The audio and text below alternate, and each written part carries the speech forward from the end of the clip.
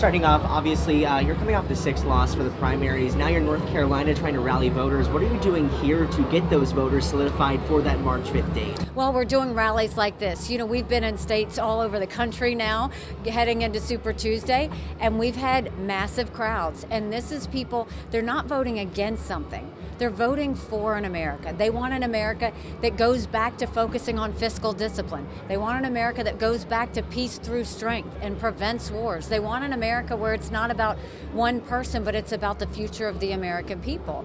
And I think if you look at under Donald Trump, he gave us $8 trillion in debt in just 4 years, more than any other president. He didn't shrink government, he grew government. He didn't clean out those agencies. They got more infected. And now he's pulling back from our allies and siding with Putin instead of our allies who stood with us after 9/11. And it's time for the chaos to stop. We can't be a country in disarray and have a world on fire and go through 4 more years of chaos. 70% of the American people have said they don't want Donald Trump or Joe Biden. 60% of the people have said that Joe Biden and Donald Trump are both too old to be president.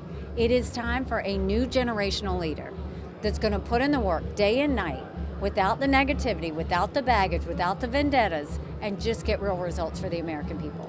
Now here in Charlotte and across the area, we are seeing quite a bit an issue of, especially here with youth violence and gun violence. If you were to become president, what would you do, and how would you work with some local leaders here to maybe get things changed around in the area? Well, the first thing is we need prosecutors to prosecute, and we need judges to uphold those prosecutions so that that happens. Law enforcement is demoralized because they go and arrest someone for a crime and then they're let out the very next day. That needs to stop. The second thing is defund sanctuary cities. You have to get that lawlessness out of our cities, out of our country, or else it's going to keep on happening. And then finally, we need to really take on the cancer that is mental health.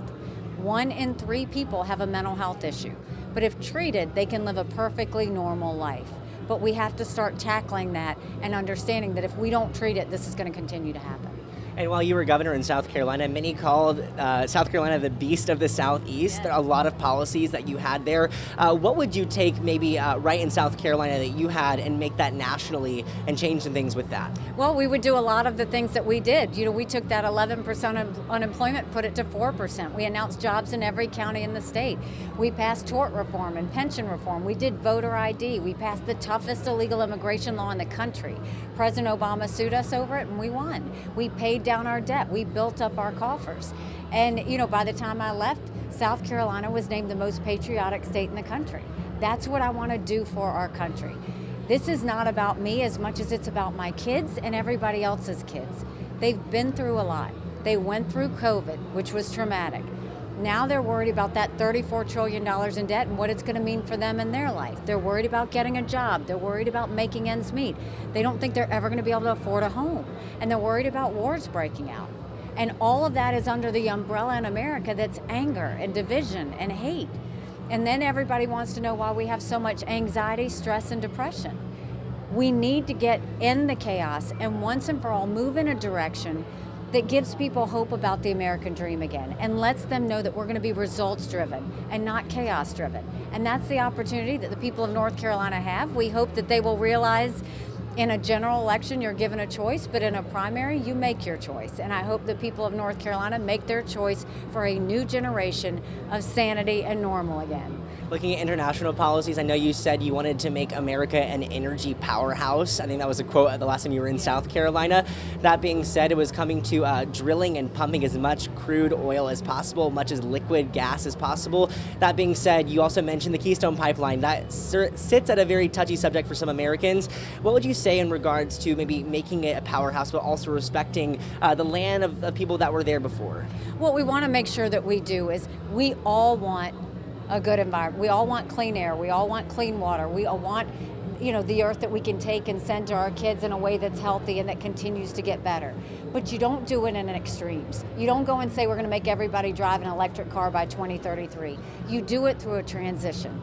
I think climate change is real, but I don't think you have to go and get extreme about it. I think first you call out India and China and hold them accountable, because we can't reduce emissions if they don't start doing what they're supposed to.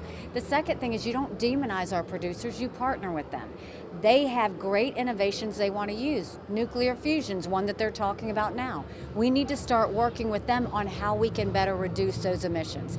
But it's better done that way than through a government way that's mandating. That's never worked. Two more questions. This one being, at the end of the day, you've talked about trying to get those young voters, trying to see a future for everybody, like your kids or someone my age at the end of the day. Those that are 18 years old might not think that the election is worth to go out for on March 5th. What would you say to them who are not planning to go and cast their ballot on that day? That if you are worried about America being $34 trillion in debt, if you're worried about America having to possibly go to war, if you're worried about the spending that continues to happen and the housing prices that are high, you can blame Donald Trump for that.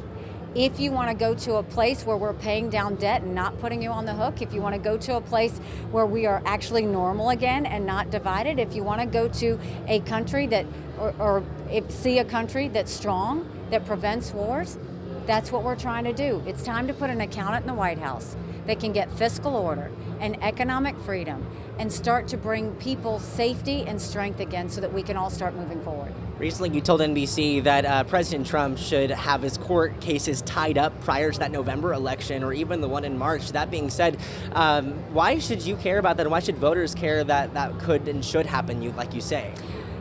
I don't think that his cases should be tied up. I think that what happens is Donald Trump has a lot of court cases. They all need to play out. I think they need to play out sooner rather than later, because people going into a general election are going to want to know where this is going to fall.